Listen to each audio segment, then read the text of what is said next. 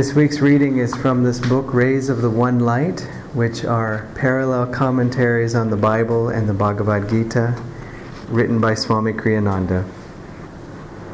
Truth is one and eternal. The title of this week is Intuition is Simple, the Intellect is Complex. Truth is one and eternal. Realize oneness with it in your deathless self within. The following commentary is based on the teachings of Paramhansa Yogananda. In the Gospel of St. Mark, we read a passage that Yogananda often quoted. And they brought young children to him, that he should touch them, and his disciples rebuked those that brought them. But when Jesus saw it, he was much displeased, and said unto them, Suffer the little children to come unto me, and forbid them not, for of such is the kingdom of God. Verily I say unto you, whoever shall not receive the kingdom of God as a little child, he shall not enter therein. It has often been noted that a critical attitude tends to paralyze creativity. Good critics, for example, seldom produce works of creative genius, though their creations may be intellectually clever. The intellect separates, it analyzes, then puts things together again piece by piece. Intellect lacks intuition's flow, which descends smoothly like a river from the superconscious. Paramhansa Yogananda described intuition as the soul's power of knowing God. To receive the kingdom of God, Jesus was saying one must do so with the openness and trust of a little child. Intellectuals may object to this statement, saying, but there must also be discrimination. You wouldn't want a person to be so open-minded that his brain falls out. The truth is, however, that the intellect can be fooled, even when it does its best to discriminate wisely. Only intuition is capable of penetrating to the heart of a matter and knowing truth from falsehood. It was the clear understanding of a child, not the elaborately persuaded intellects of his elders, that enabled the child in Hans Christian Andersen's story to cry out in surprise, "Why isn't the emperor wearing any clothes?" Hopefully you're familiar with that story. Otherwise that will make no sense at all. Therefore it was that Sri Krishna said in the 9th chapter of the Bhagavad Gita, "To you, Arjuna, who are free from the carping spirit, I shall now reveal wisdom sublime. Grasping it with your mind and perceiving it with intuitive realization, you shall escape the evils of delusion." Thus, through Holy Scripture, God has spoken to mankind. Om, Om, Om.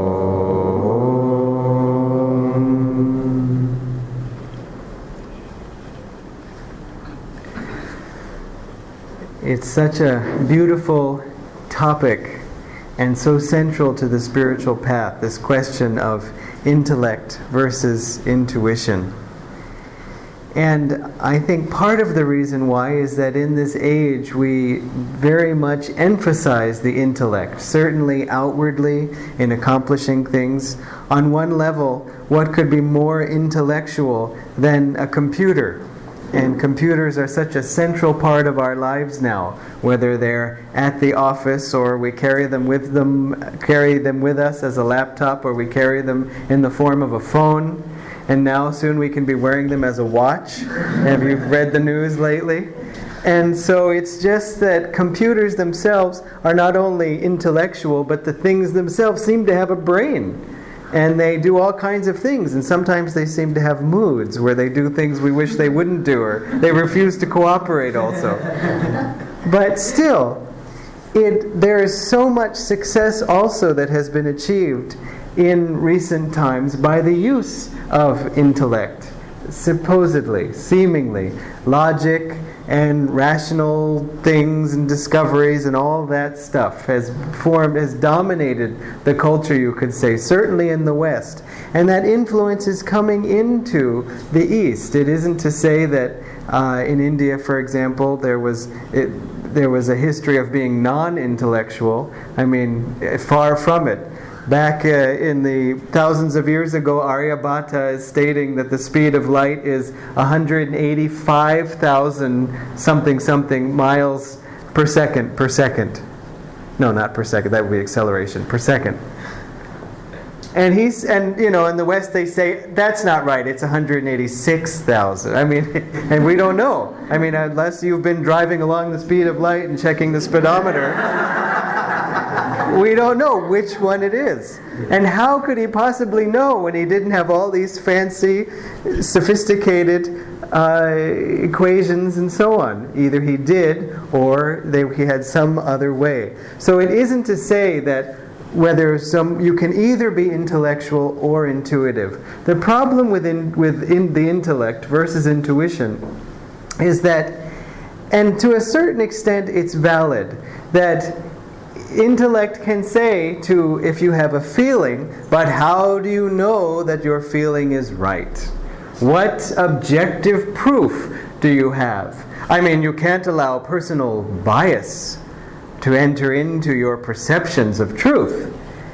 And furthermore, intuition, which when we have an intuition, it arrives as a flash in our mind, an unreasoned, unlogical perhaps step. Unlogical not in the sense that it doesn't make sense. Like I have the intuition that the earth is spinning this way instead of this way. Well, no, but if you watch the sun, it comes up this way, or whatever it is. You have to test intuition objectively. You absolutely do. But that's not how intuition arrives. It arrives like that. We have a feeling, and then it turns out to be true. And so intellect's complaint is that how do you know whether your feeling is true? Good complaint, good question. But then the conclusion is, so therefore have no feelings. And that's ridiculous. And yet it is propounded by many as the way to be. You even see in some science fiction movies that as society evolves into the perfect people, they are completely without feeling. And basically just like human computers. If you've ever read books by Ayn Rand or heard of them, if you've read them, then I can offer consolation. And if you haven't read them, then don't take this as a recommendation. But her heroes are just these warriors of stiff, cold, basically human statues that are always right under all circumstances and feel nothing. And it's just not realistic. I mean, for example, there was why is it not realistic? So here's an example. There was a survey done of scientists and professors, and they were given two articles on the same subject. One was from a scientific journal, and the other was from a popular science magazine, like Popular Mechanics or any of these magazines that try to give new discoveries, but in layman's terms that anyone can understand. And so they asked them, well, which of these articles are better? And they said, well, obviously the intellectual sort of journal ones, because they're better researched, they're more thoroughly thought through, the experiments are clear, and so on. So then these survey people, who were actually researchers themselves, took a different article from one of these popular magazines and rewrote it in very complex intellectual language, full of words like ratiocination and things like that, and maybe a few phrases in Latin. And the same exact information, but couched in very pedantic intellectual language. And so then they gave these two articles to the scientists and said, which ones do you prefer? And as you might imagine, they said, well, obviously the more intellectual one. Why? Because it's better researched, it has more information, the conclusions are clearer, and so on. And it's the same information. So the scientists, in that case, were not being objective. Because if you really looked at it objectively and said, what facts are here, it's all the same. But they were led by their biases, their likes. I like complicated language. Now, a like is not of the intellect, it's of the heart. And in this case, this is showing us what we have to be careful about, being misled by our likes. But what I'm saying is those who are saying, don't allow the heart to lead you, are being led by the heart all the time. There was a scientist who stated all kinds of theories about how the world came into being, and the current state of the world, not sort of, God going, I want an earth over there, but rather sort of how the plate tectonics and the continents and all this, very out of step with everything we know. And the scientist, in reaction to the publication of his book by a publisher, or the submission of his book to a publisher, did not say, well, after all, it's ridiculous and it doesn't hold water and everyone will know, and so why bother? They said, we will boycott you as a publisher if you dare to publish this heresy. I mean, is that calm and reasoned and intellectual? No, it's led by feeling. My point is that the mind, reason, always follows feeling. If we are feeling good, we can find all the reasons in the world why we feel good. And if we are not feeling good, then logic will support our mood. Swamiji had this experience once.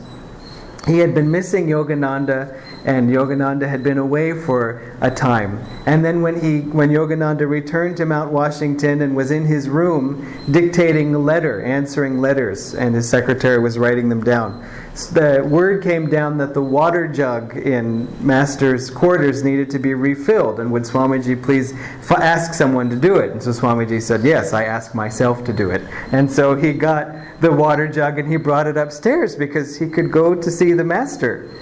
And so he went in, and Master was busy dictating letters, and Swamiji kind of, trying to attract his attention, and he said, I made as much noise as I sort of possibly could while still being somewhat polite, and put the jug, and Master never even looked up. And then Swamiji left, and he just felt so sad. He felt rejected. He felt this, he doesn't even care. He probably thought, here comes this worthless disciple. Quick, let me dictate a letter so I don't even have to see him. This is all in the New Path if you haven't read it. And he tried to reason his way out of his mood, saying, well, after all, you can't expect him to just drop what he's doing. And then a voice came into his mind saying, yeah, because in this world nobody cares about anyone. And then he couldn't get himself out of it logically. So then he said to himself, do I like this mood that I'm in? And the answer was no. He said there was a few grumblers in the back going, well, but basically no, I don't. So he said, what am I going to do about it? And the answer came to him, sit down and meditate. And so he sat down, he meditated, he concentrated here. And he said 5 minutes was all it took. He came out of that feeling such joy that he understood, how is Master, if he stops what he's doing, how is he going to reach so many people? And of course he feels happy to see me, and so on. And keep that in mind when you are lost in a maze of reasoning, that if it's not working, and the reason why it's not working, you can check. Just look in the mirror and see if you look like this. This means it's not working. Okay? Then say, look, what can I do differently to shift my energy? If you shift the heart, then everything works. And again, it's from the heart that our intuitions come, our higher perceptions of things. Intellect is just a tool. And when we use that tool to arrive at truth, which means not to produce truth, but to perceive truth, then it's a very effective tool. Intuition is more than a tool, because to have a true intuition, again, the soul's power of knowing God.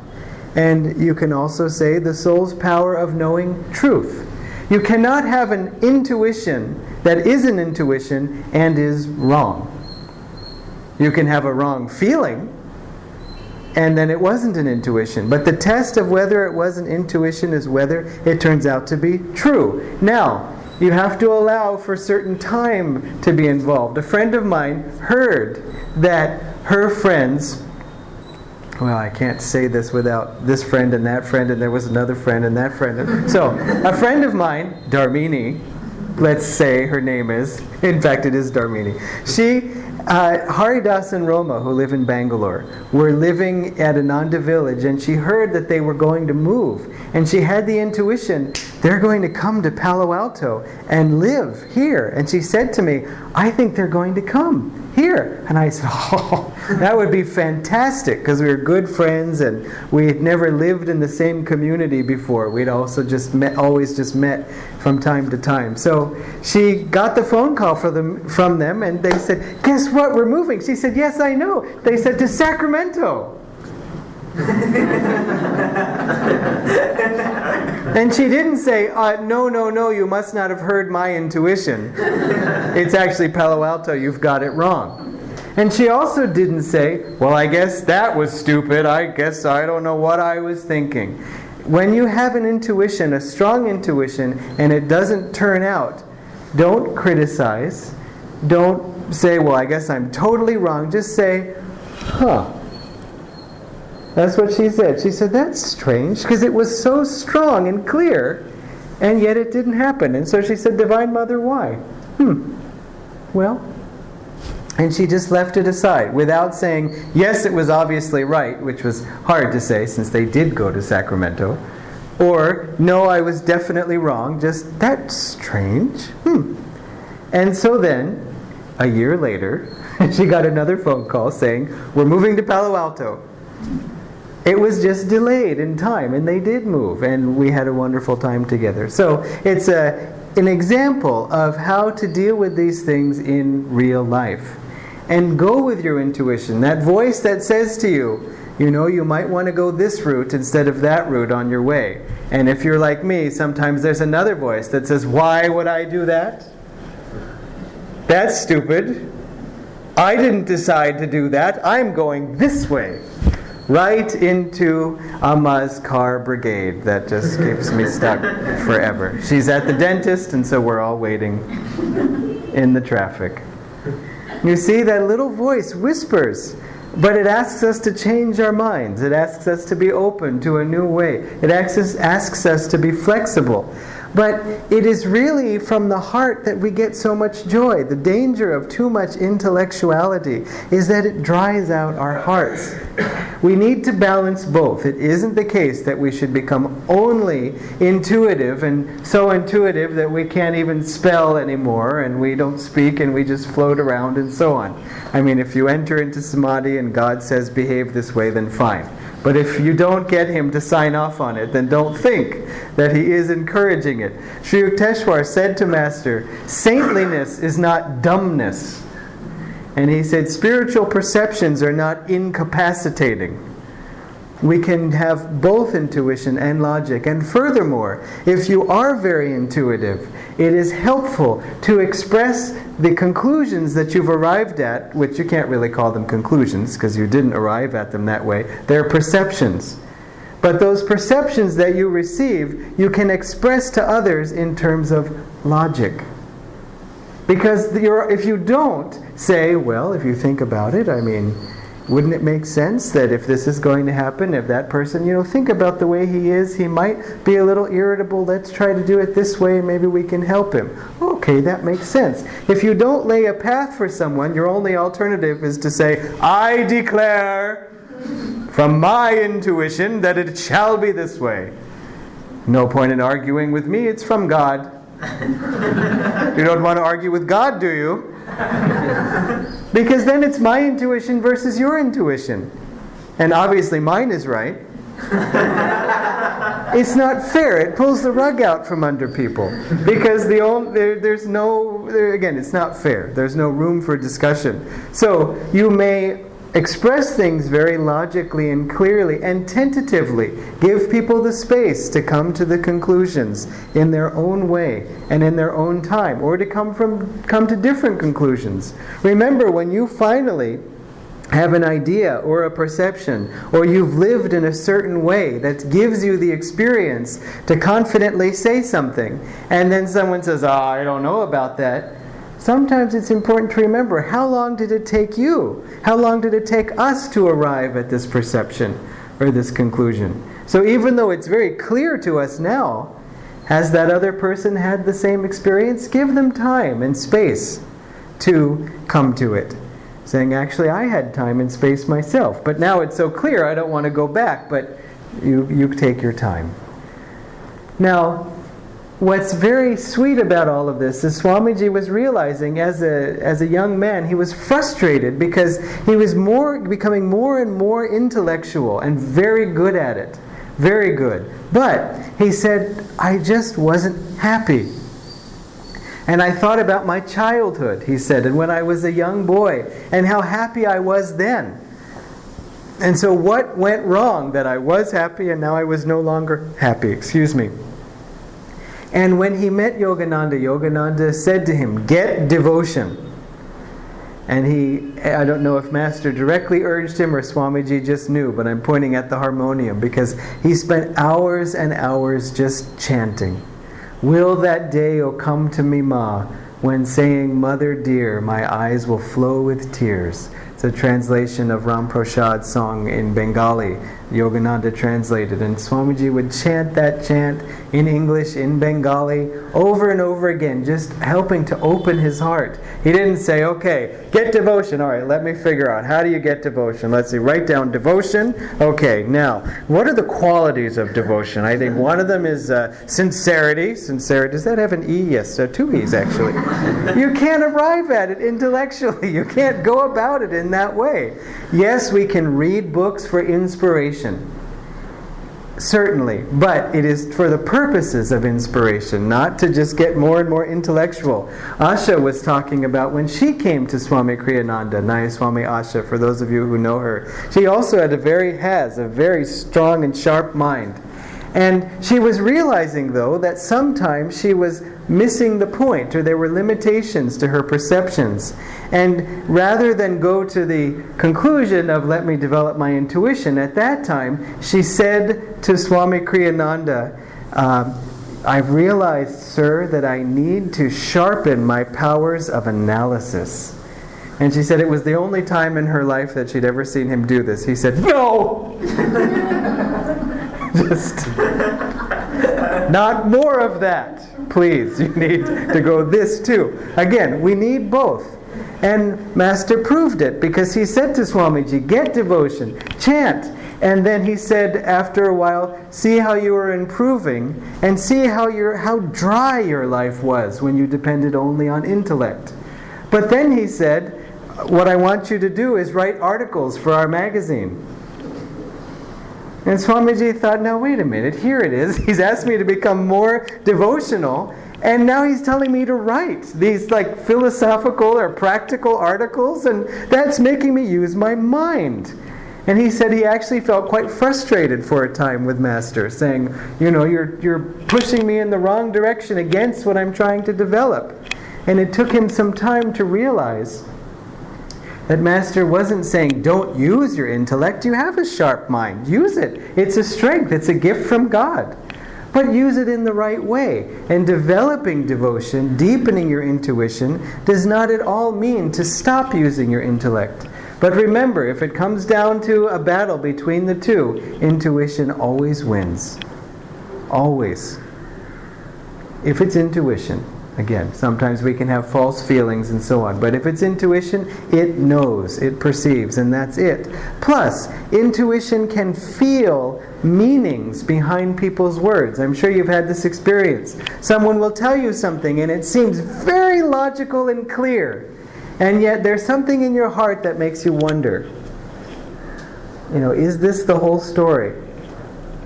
Sometimes you can even see people, they'll be telling you something or they'll ask you a question, and for some reason they'll be holding their throats like this. I don't know if you've ever seen it. I saw it a while and now I don't see it in India. Maybe Indians are savvy enough not to give away what they're thinking. But this is the throat chakra, of course. The chakra of communication is one of its centers, and calmness. And so when you see someone blocking this while they're talking, you can be sure there's something they're not telling you. And it may not be malicious, it may be that they have a doubt that they're hanging on to. So it's, yeah, somebody just did it to encourage. Okay, I've now seen one Indian do it. Now, Master asked Swamiji, when Swamiji was brand new on the path, he said, in fact, it was this "suffer little children to come unto me," which is a quote from Jesus, meaning allow the children to come, is what it means. And it was because, in this context, Swamiji was with Master, and it was very early. It was just a few months after his meeting of Yogananda. And Yogananda, they were in the kitchen, and Yogananda asked someone to bring that bag over here, and he brought a brown paper bag, and then he said, "Turn the lights out."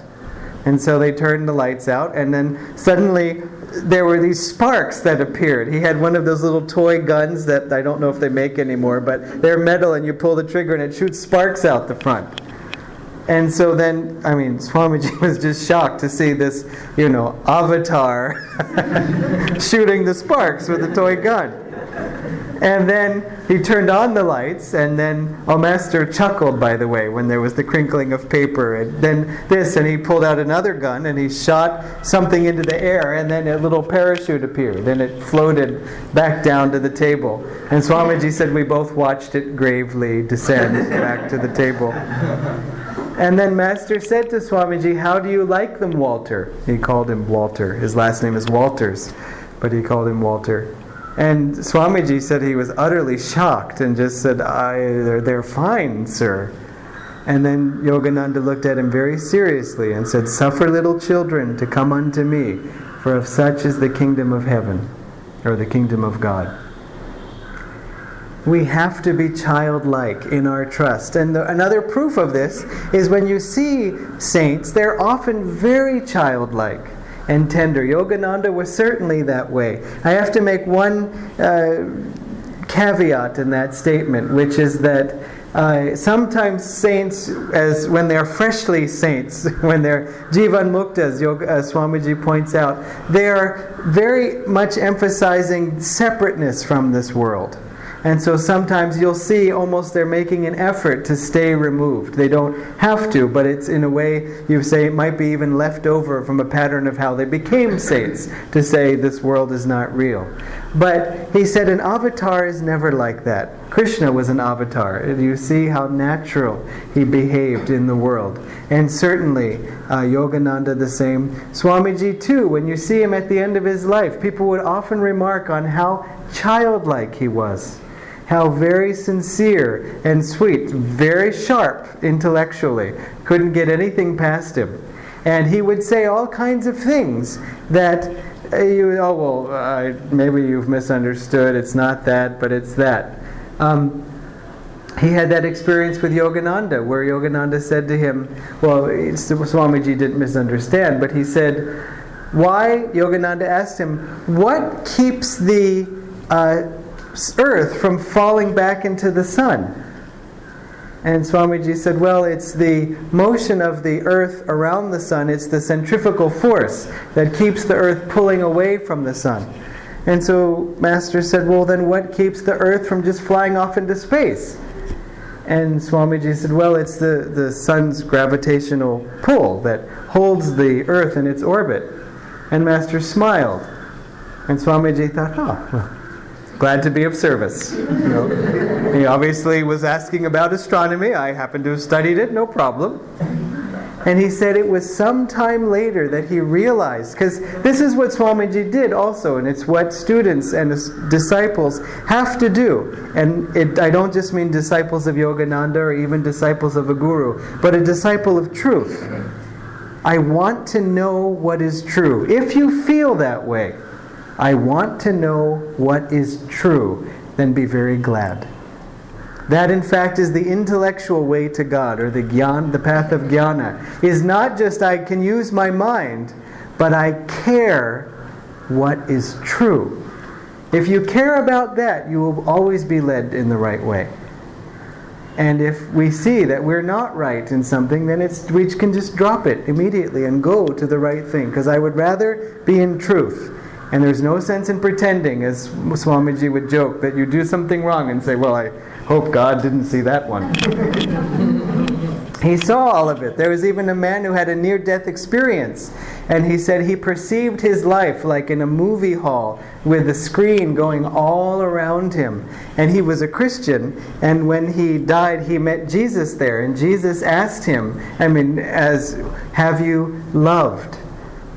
In fact, that's what all of these people in these near-death experiences say, is the only question they get asked, or the only evaluation of their life is, how much did you love?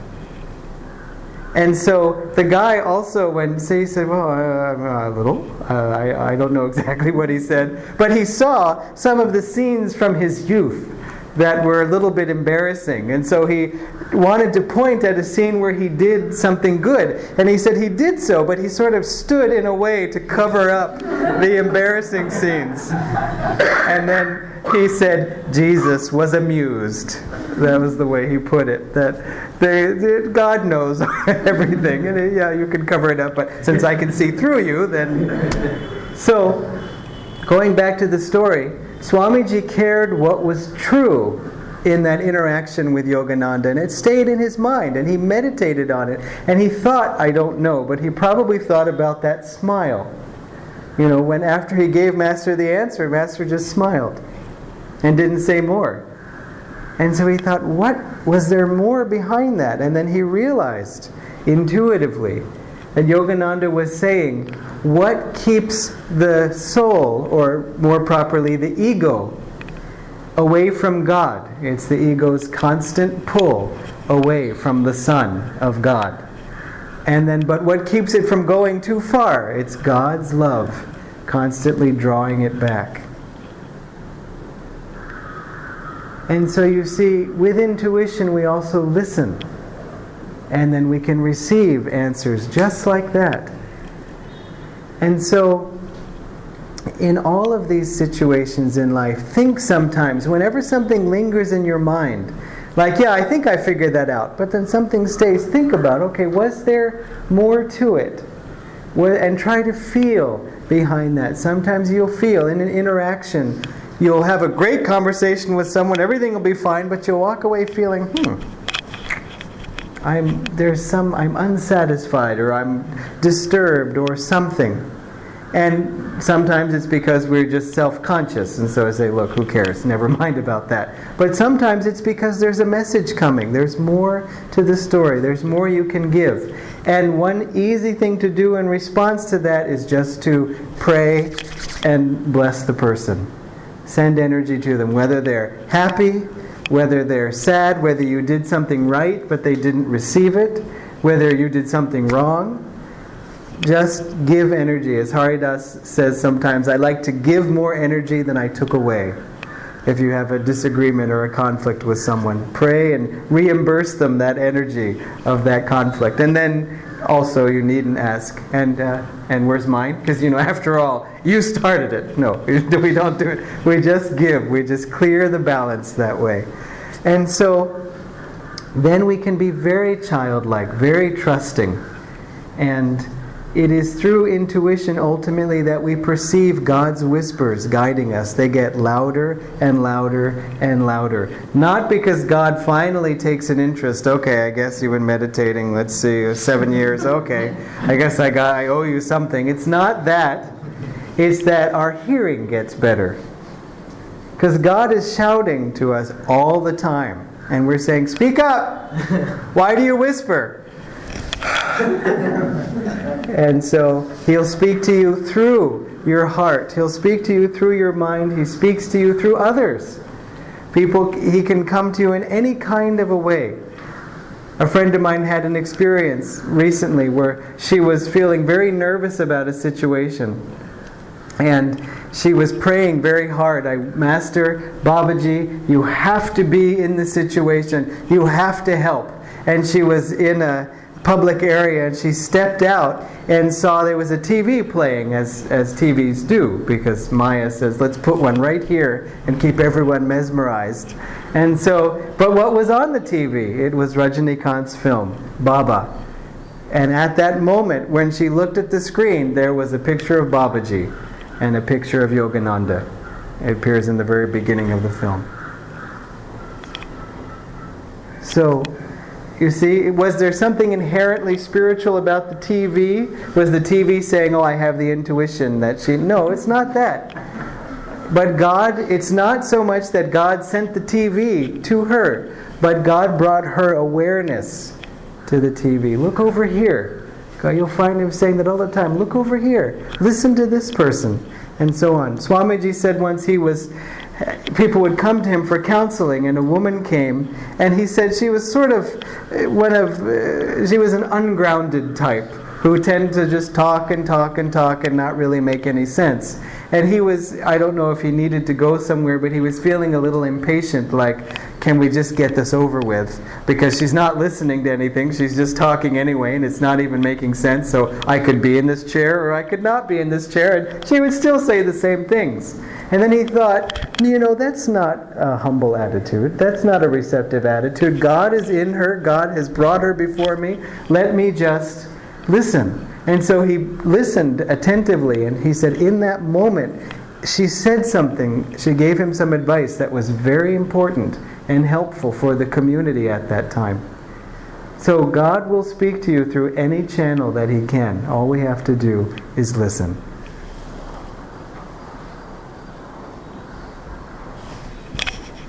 I wanted to also read a poem from Whispers from Eternity by Paramahansa Yogananda.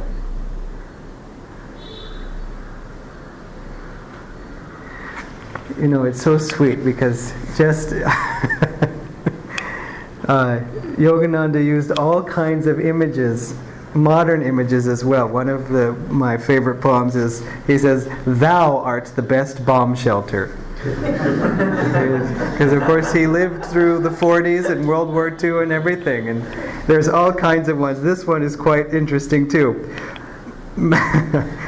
May I serve the cocktail of God intoxication in the homes of the rich. I can't help but sharing a story. He was at a high society party and there was a lot of pressure. Come on, you have to drink with us, you have to drink with us. And so he didn't drink alcohol, but someone filled his glass, and then when the host would turn away, he would slide his glass over to his neighbor. And oh, thank you very much. And so he would down it. And then the hostess noticed that, oh, he's in need of a refill. And so she gave him another one. And so he said, thank you. And then he slid it over to the neighbor. And the neighbor, thank you. And then he had it again. And then, I don't know if it happened another time. And then finally, she stopped the party and she said, I just want to say that Swami Yogananda, probably how she said his name, he's been a good sport, and though he's spiritual, he's been drinking with us. And so he prayed, Divine Mother, you have to let me out of this situation. And so the man who was sitting opposite them said, oh no, I saw him. He was passing the booze to his neighbor. And then at that point, the neighbor got up and said, and collapsed. So, I don't know if that's what inspired this poem. May I serve the cocktail of God intoxication in the homes of the rich. In thy temples, where many come to pray, I take God intoxication from their eyes. I blend them together into a cocktail of devotion. I serve that nectar to my thirsty thoughts, and they drink and drink, forgetting all their wounds and worries. In the home of the materially rich but spiritually poor, I serve only this magic cocktail. I pour it into their dry vessels, empty of generosity, with my heart's goodwill and sincerity. I pray that all who drink this nectar may become so intoxicated with inner bliss that they forget their slumber of ignorance forevermore.